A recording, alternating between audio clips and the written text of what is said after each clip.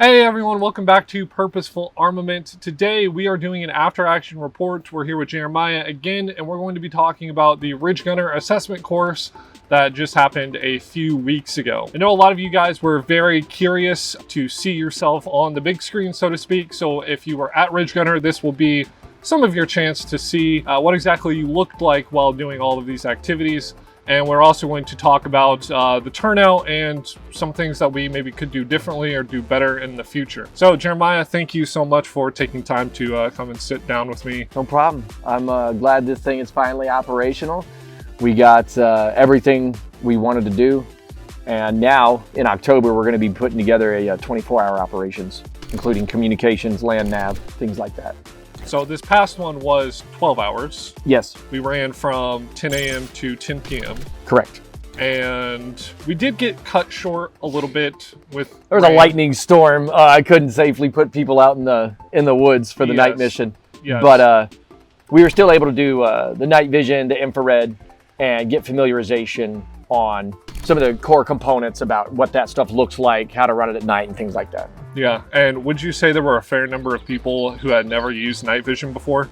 Yeah, I mean, out of the probably 2/3, I'd say a third of the guys, they had some of their stuff, and then probably 2/3 of the people hadn't seen it. It's good that the exposure is getting out there and people are able to get their hands on this stuff now. Yeah, absolutely, because night vision is very expensive and I would say probably pretty prohibitive for a lot of people. So, and if anything, a lot of it was just familiarization on what type of lights, what brands, like lumens, things like that when we were doing low light training, splash, throw, and just kind of putting all that stuff in there that, people might hear these terms, but until you've actually used this stuff, you're not going to know how the operational function of these things go. Yeah, absolutely. And that's a big thing too. You can look online, you can buy the light, but until you actually get out in the field, so to speak, and, start throwing the light down range, I mean, you really don't know what it's going to do for you. This was an assessment course, but I really did like how you set this up to where the PT part, I don't want to necessarily get too much into like the specific PT events that we did. We'll throw some footage in, but the PT part and the shooting part was an assessment, right? Like we didn't sit down and say, okay, this is how you shoot a rifle. This is how you do that. Yeah, I mean, well, there was an expected level of competence, just a level 1. Here's how I load, unload. I can do malfunctions. And even then, it's still a learning experience because there's new tips and techniques that people were learning. Just one and done, lock that bolt to the rear, clear that malfunction. Finding the Kaizen, the efficiency, eliminating the waste. That's what you get, that assessment, and you get those details and that data.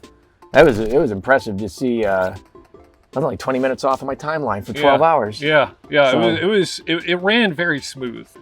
We had a handful of breaks in there, for food, to get some water and stuff. So I saw a lot of guys talking about a lot of different stuff. I mean, there were guys that were inspecting each other's guns, inspecting each other's kit, talking about different pieces of kit, talking about different gear, different optics, lights, all that. It was so cool to see everybody come together and like, oh, what's that? Is that Mylar woven in there? What is that? Stuff like that. I saw a lot of people that were just really getting the aha moments and connecting all throughout the day. And that's what it was set up for. One thing that I did notice about the PT that I do want to mention too, because I think it is pretty important. There were a handful of people who were adjusting their kit after having done some of the running and some of the Ridge Run course, which was a very, I don't want to say treacherous, but like it was more treacherous than just running down a gravel road, for instance. There were a lot of people who were adjusting their kit, who were learning these different things, and that was something very cool to see as well, because not a lot of people get that opportunity or push themselves to do something like that, and then you realize, oh, this kit is digging in here, I need to loosen this up, or I need to adjust it in some way. Also, at the end of the Ridge Run, where over here somewhere there was the rope where they had to climb up. The footwear choices that people were making, some of them were really great, some of them were not ideal. I saw a homie in a pair of New Balance out there and I was like, we will understand what not to wear. And then you get to the Ridge Run where you're having to come down the side of the ridge and you're trying to climb up a slick rock. I mean, you really see like how your footwear choice affects your ability to do this. Absolutely. And people are watching this stuff happen and they'll be like, wait, should I do that? Or I'm not going to do that.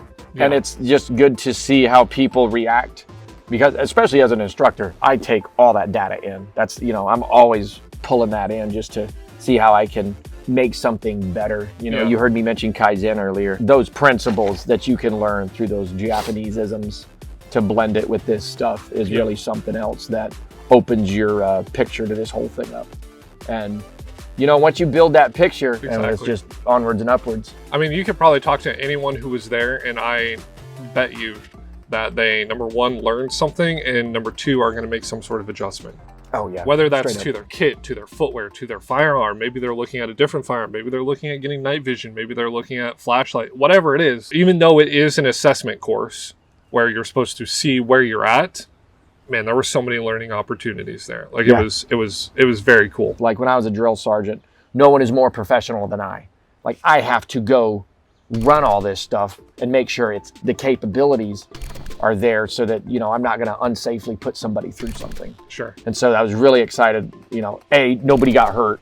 No. And then B is the fact that we were all able to do these exercises and complete this safely. And by the way, it was an assessment course, but it wasn't like people were competing against one another. Like it was very much you're competing against yourself. So there were people that would, for instance, like the first PT run, there were people that would run that whole thing the whole time. They would just run the whole entire thing. Then there were some people who maybe would run and take a break, and you know, maybe they would jog, whatever it is. You know, it wasn't like anyone was like, oh, you need to be running. You know what I mean? Like, yeah, there's one guy that had a bruised heel who showed up, he walked it, but he did the whole thing. And then the other people, you know, they can see, okay, this is what I can do right now as it stands right this second. This is what I can do.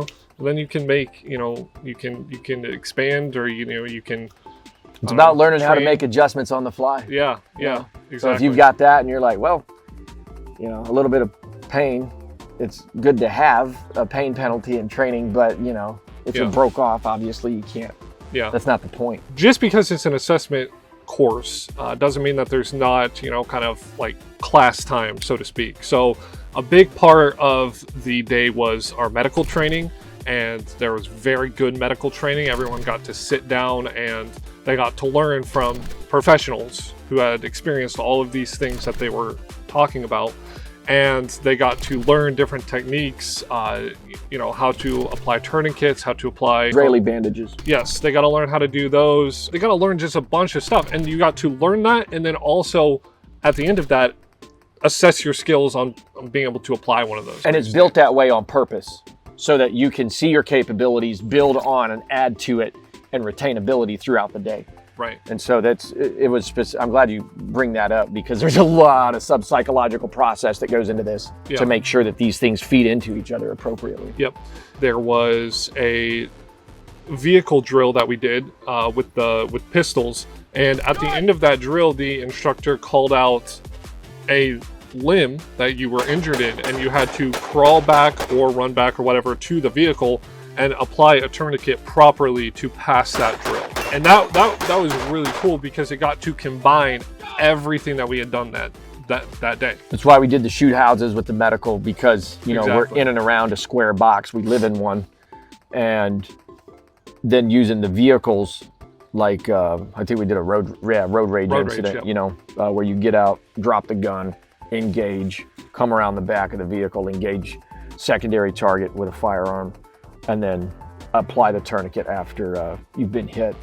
And so to be able to run those scenarios, put that training into somebody, you're going to go to your lowest level of training anytime you have crazy happen.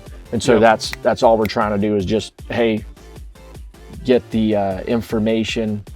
Now it's this much bigger, and now we can move forward, because I already know what that feels like. You also mentioned the shoot house too. Mm-hmm. That was also a very cool time, because we went in there and we learned, first of all, we learned from professionals who have done this in real life.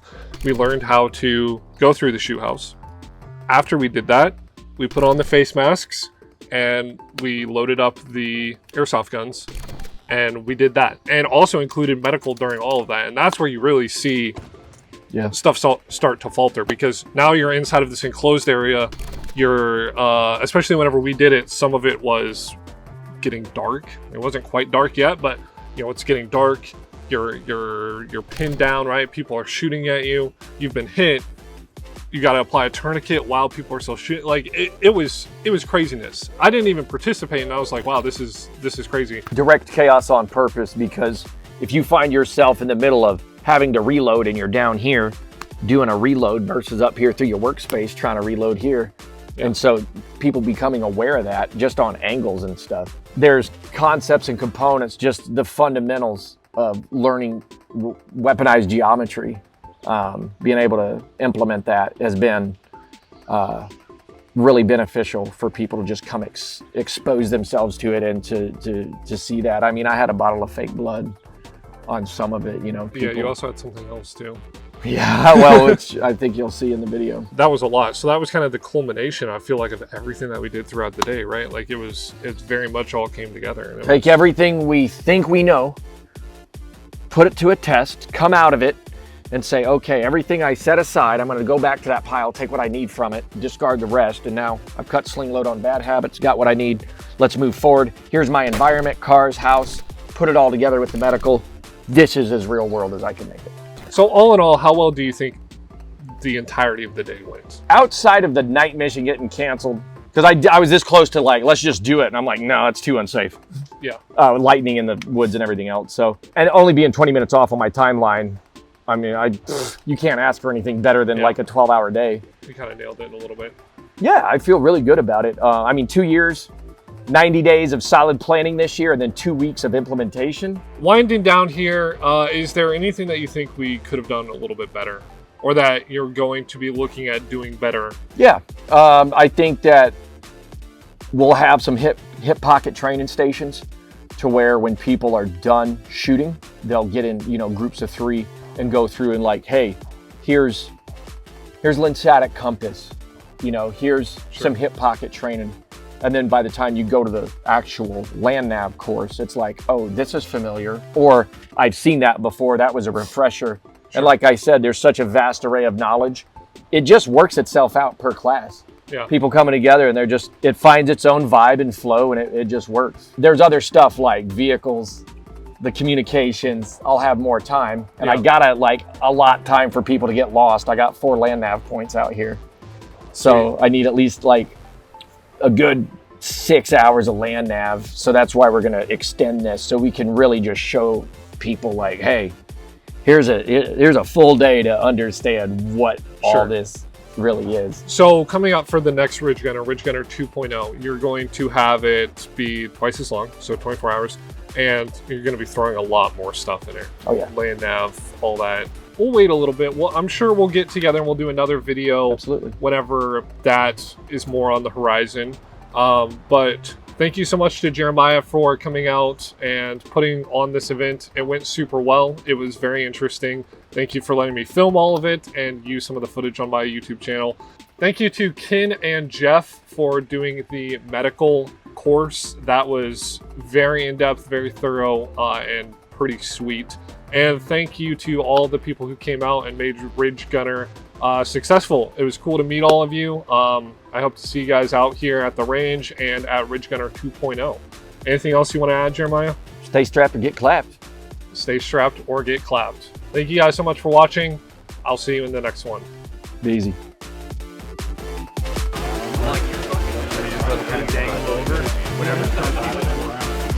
And you may or may not have a pulse regardless, because he broke his wrist. Sure. That could be a thing. And I'm probably okay. You can probably tell me to hold it or something, right?